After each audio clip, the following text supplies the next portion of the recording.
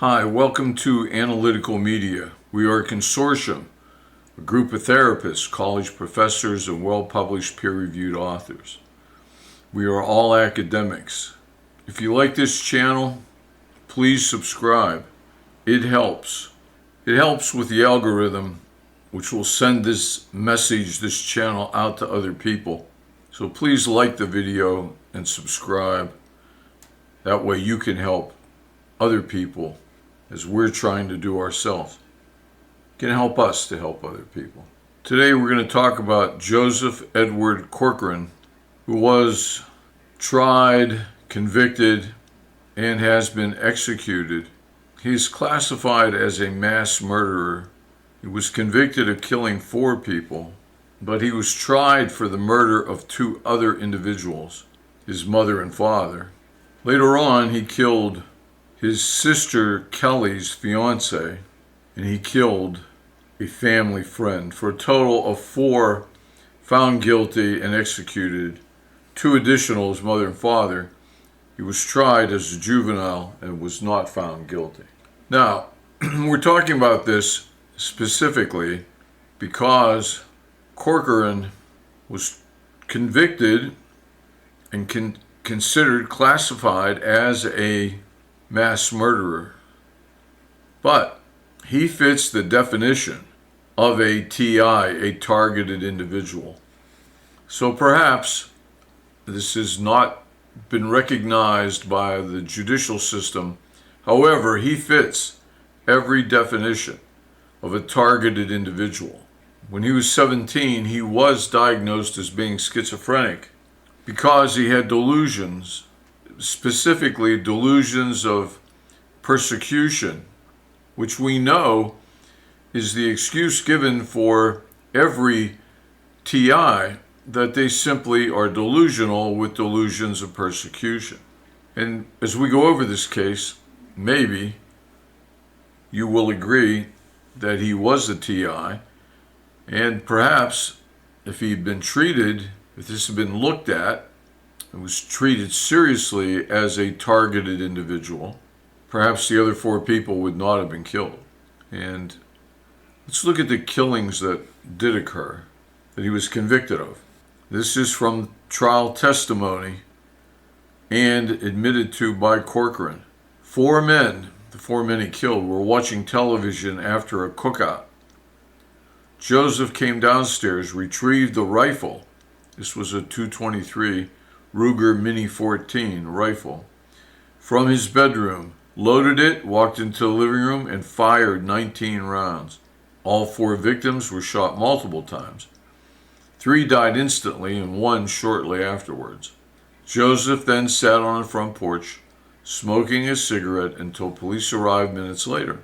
When asked why, he told the officers the men had been talking about him behind his back. He was convicted May 22, 1999, 4 counts of murder. Jury recommendation, death on all 4 counts. That was May 25, 1999. Formal sentences of death imposed after multiple appeals and resentencing. Final affirmation, 2002. He rejected a pretrial plea offer of life without parole, but he demanded, he would have taken it, but he had a counter demand, and that was that the state, the government, must first sever his vocal cords. You'll find out about that later. He was executed December 18th, 2024, 12:44 a.m. Central Standard Time by lethal injection. That was the state of Indiana's first execution in 15 years.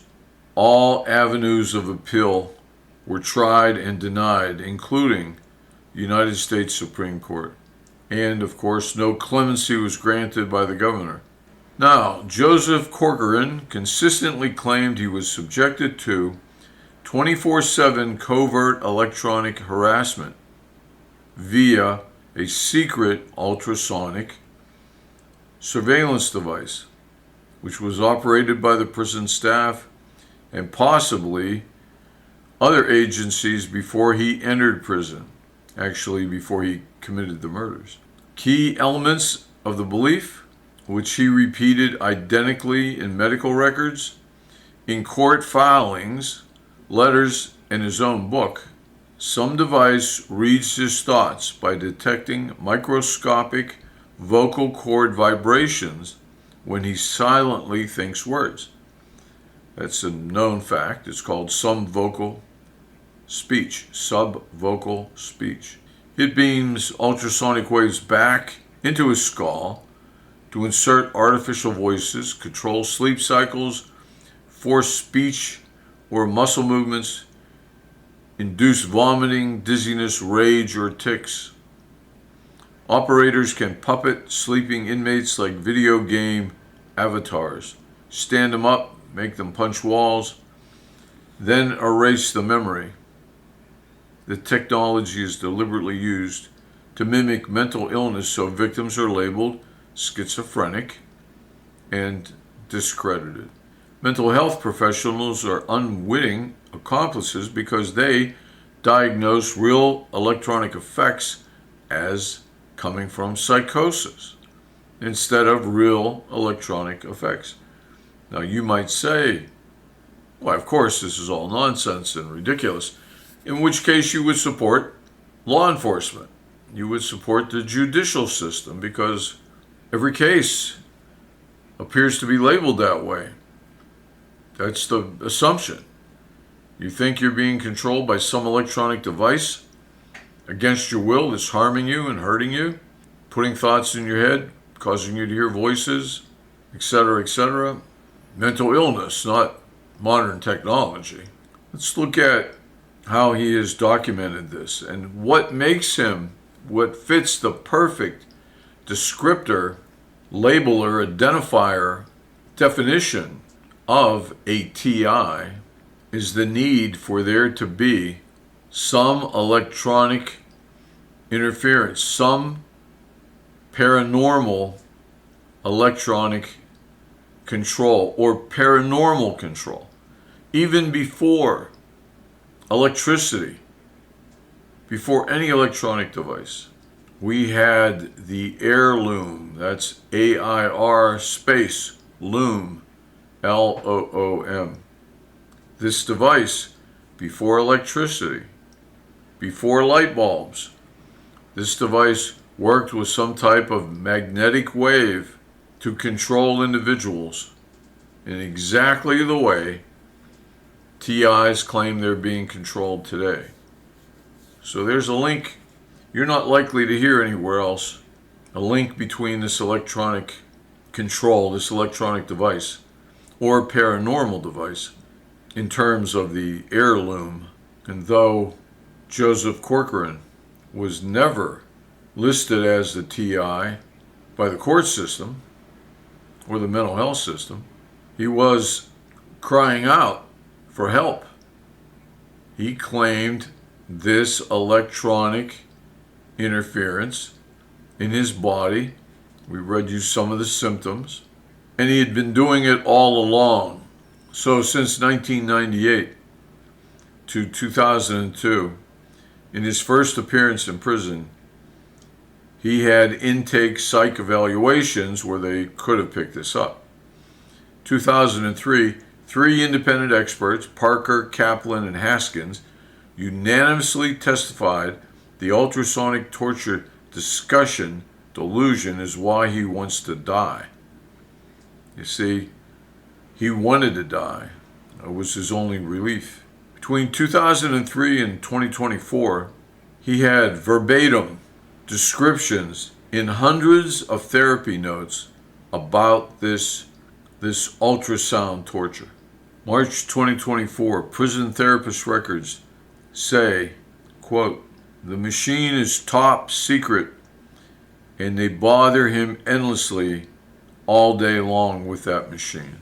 2023 to 2024, he writes 50-plus page handwritten manuscript titled Electronic Harassment, a whistleblower. Report containing detailed technical diagrams and explanations of the alleged technology. November 2024, he submits to Indiana Supreme Court again describing the machine as the reason he welcomes execution. Now, if you remember, in the beginning, they offered him a deal that would not involve execution. He wanted to take that deal and told them he would take that deal, but he had a counter requirement, and that was that the government cut his vocal cords, because remember, he believed that the slight microscopic vibrations in the vocal cords when he was this sub-vocalization, when he was thinking words and reading words, that this was being picked up by the machine. Quite specific. So he wouldn't want to live if that machine could keep picking up his thoughts and ideas, but he would agree to it, to live, to take the deal, to plead guilty if they cut his vocal cords. November to December 2024, attorneys file Ford Panetti claim arguing the fixed electronic harassment delusion prevents rational understanding of punishment. Now, I would say to you, yes, it's true. We would think it quite reasonable that a delusion would prevent rational understanding, but so would actual harassment. Not a delusion of harassment, but actual torture. Keeping somebody up all night. We would think that to be quite capable. The delusion, we would agree. But the harassment, for real, if it was real harassment, would do the same thing. December 10th, 2024, Indiana Supreme Court rules 3-2. He is competent. Majority calls his affidavit lucid and says the delusion does not interfere with understanding. Well, they call his affidavit lucid. Well, if it's a delusion, it's certainly not lucid. I mean, how could he, on the one hand, be lucid enough to be executed, and on the other hand, be so delusional that he's diagnosed as such with persecution delusions? So he had to be both. He had to be competent, lucid, and yet delusional because it's not really happening. So he's got a major delusion, but he's lucid. Dissent, 2 justices. In their conclusion, the 2 justices said execution equals state-assisted suicide to escape a non-existent torment. December 17th to 18th, 2024, U.S. Supreme Court denies his stay of execution, and he is then executed as scheduled. Here are his final words. This is what Joseph Corkran said. This was reported by the witnesses at his execution. I'm ready to go home. Joseph Corkran is the only known death row inmate in U.S. history whose entire decades-long court-certified motivation for volunteering to die was to permanently stop a covert ultrasonic weapon that every mental health expert agreed existed solely as a symptom of his severe paranoid schizophrenia. And he was killed on December 18th, 2024. Now, we would say at Analytical Media that this is a perfect example of a TI, including the device that's controlling them that's either paranormal or electronic. Everything fits. He wanted to die. He did not want this anymore. He killed, which is not uncommon with TIs. They do. Many mass murderers have been TIs. And don't forget, Joseph Corkran was never listed as a TI. So how many more TIs might exist who have never been correctly identified? Did anyone ever check? Did anyone ever try to help? When automatically, when you complain to Leo, you are automatically assumed to be mentally ill. There is no ifs, ands, or buts about it. Yet, he was described as being quite lucid. If more people were taken seriously or identified as TIs, victims of gang stalking. Perhaps these mass murders, or some of them, or maybe many of them, could be prevented. TI is either real or not. Maybe some are real and some aren't, but it's torture either way. All these people are being tortured. Tortured enough that at some point many of them decide to kill, fight back. They all try legal things, letters to the court, reports to police, and many other legitimate legal means. I would say virtually every means possible. But it must be investigated. You can't, someone says, there's some electronic device that is interfering with my mind. I can't sleep at night, but blah, blah, blah. It should be investigated. Is it that far removed from modern technology? No, it isn't. We know that the United States government has lied to the people. We also know that recently they decided to tell the truth about unidentified flying objects. You've seen it in congressional hearings. You've seen the videotapes. They come out and told you, nah, we were lying before. Our pilots have seen this over and over again. And here's some video. Look at this. There's a video they all claim never existed before. Now that's a technology that is beyond comprehension, whatever this is. You can see it, but we have no idea how it might work. Now, anybody that knew how that might work, right? Anybody who could look at that and say, yeah, I know how that works. Yeah, well, this is, you do this and you do that. Well, then those are probably aliens. Who's flying the UFOs? Well, we're assuming aliens. It could be people from another dimension. It could be, that's quite realistic. It's quite possible. It could be that. It could be aliens, people from another planet. But if they could do all of that, we got to explain that. We've got to explain UFOs.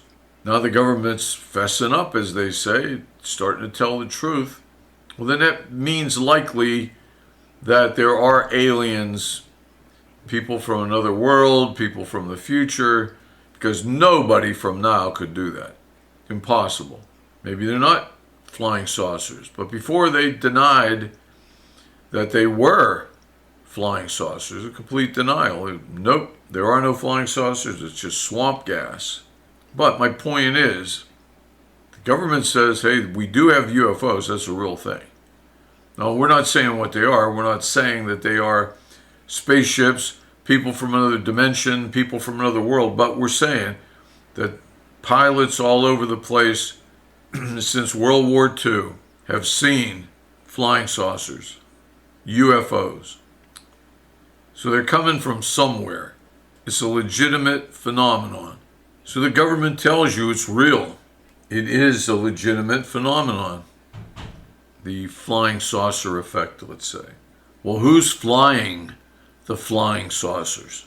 Well, it would be a safe assumption, though perhaps wrong, it would still be safe to say, well, probably some sentient creatures. And of course, people have reported seeing the grays and the tall white aliens. They reported it's talked about all the time. Is it real? We don't know that. But they talk about it. It's a known phenomenon. So, assuming those creatures are real, the grays and the tall whites, etc., and the other aliens, the reptilians, the shapeshifters, if any of that's true, certainly they have the technology to pick out people to torture, to abduct. People report being abducted throughout their entire lives. That technology, if true, the abductions, if the abductions are true, then that technology is so advanced. It's unbelievably advanced, and targeting an individual is not anywhere close to stressing or utilizing the full capacity of these aliens, these creatures. Not saying that's true, don't know. We need to know for sure, right? We need to know. We need evidence. We have to have evidence. But if you don't have evidence, you shouldn't have denial. You need evidence to deny as well as, let's put it this way, you need evidence to believe as well as evidence to not believe. We don't have to prove something. We don't have to prove a negative here. But we need some evidence to have an opinion. And if we don't have the evidence, we should have a very open mind. But are targeted individuals being treated with an open mind by the court system, police officers, even mental health? Well, I would say no, but you have to make up your own mind.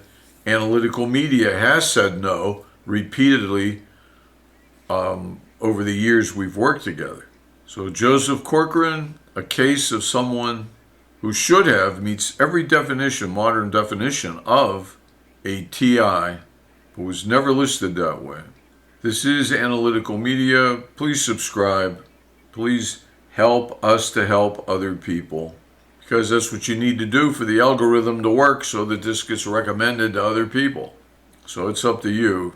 You can do it if you want. You should do it. If you like this, if it's made any sense to you, then let other people see this. Help other people to get to see it by utilizing the algorithm that YouTube uses. I hope this has given you some food for thought, something to talk over with your friends, something to think about just before you fall asleep at night. And if so, we have succeeded. We've helped you to some degree. And let's help other people too if we have the chance.